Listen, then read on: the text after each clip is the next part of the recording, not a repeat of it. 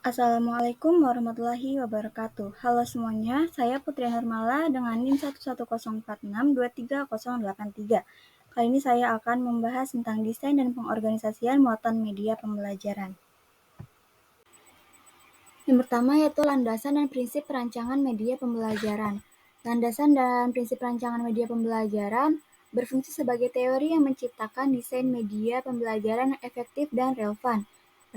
Perencanaan media pembelajaran yang memiliki dasar yang kuat dapat menciptakan konten yang memenuhi persyaratan pembelajaran tertentu dan dapat meningkatkan pemahaman dan pencapaian dari tujuan pembelajaran. Salah satu prinsip desain instruksional yang penting yaitu konsistensi, di mana peserta diarahkan untuk mengidentifikasi pola dan hubungan yang konsisten di antara konten yang disajikan oleh pembelajar. Baik, selanjutnya adalah kebutuhan dan tujuan pembelajaran. Tujuan pembelajaran hendaknya tidak hanya mencakup tujuan pembelajaran jangka pendek saja, namun juga mencakup hasil di tingkat masyarakat yang lebih luas. Nah, penilaian tujuan juga dapat berfokus pada pembelajaran model ABCD, di mana A itu merupakan audiens yang mengacu pada pelajar atau partisipan yang menjadi sasaran tujuan tersebut. Nah, B-nya yaitu perilaku, yang dimana perilaku ini menentukan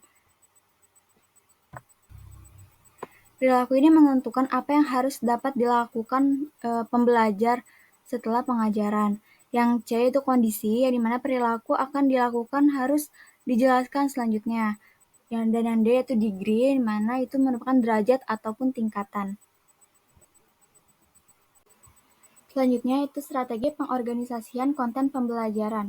Di sini strateginya ada 4. Yang pertama, strategi berbasis taksonomi tujuan pembelajaran.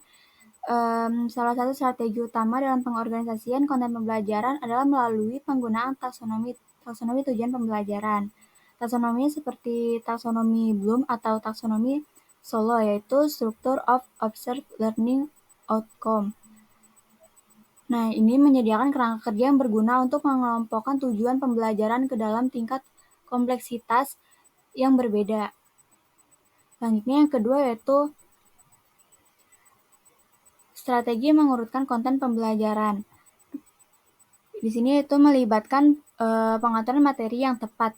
Nah, yang ketiga adalah teknik chunking, di mana teknik chunking ini merupakan strategi yang efektif dalam pengorganisasian konten pembelajaran. Chunking melibatkan pengelompokan informasi menjadi unit-unit yang lebih kecil dan terkelola. Yang terakhir adalah integrasi multimedia.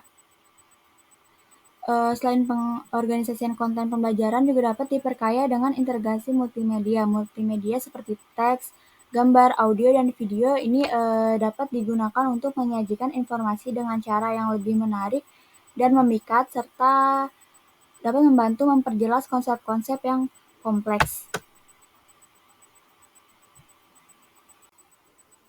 Selanjutnya itu mengembangkan media yang menarik dan inklusi dengan cara dapat pengembangan media pembelajaran berbasis UDL.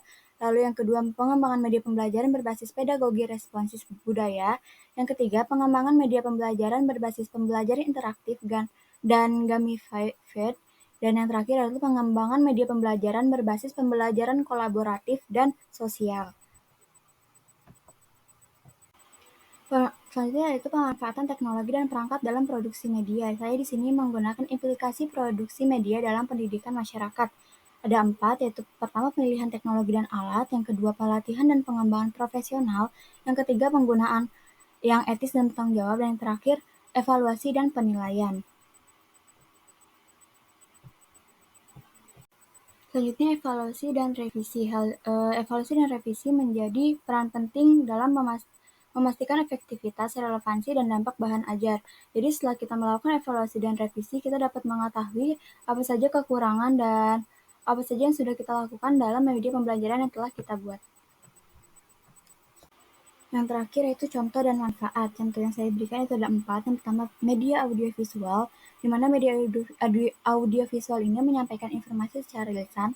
Yang kedua, media gambar, yaitu menyampaikan informasi secara visual.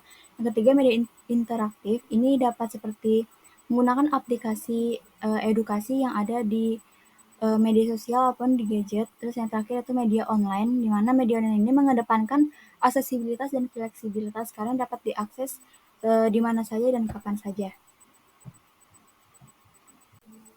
Mungkin segitu saja yang dapat saya sampaikan. Kurang lebihnya mohon maaf. Wassalamualaikum warahmatullahi wabarakatuh.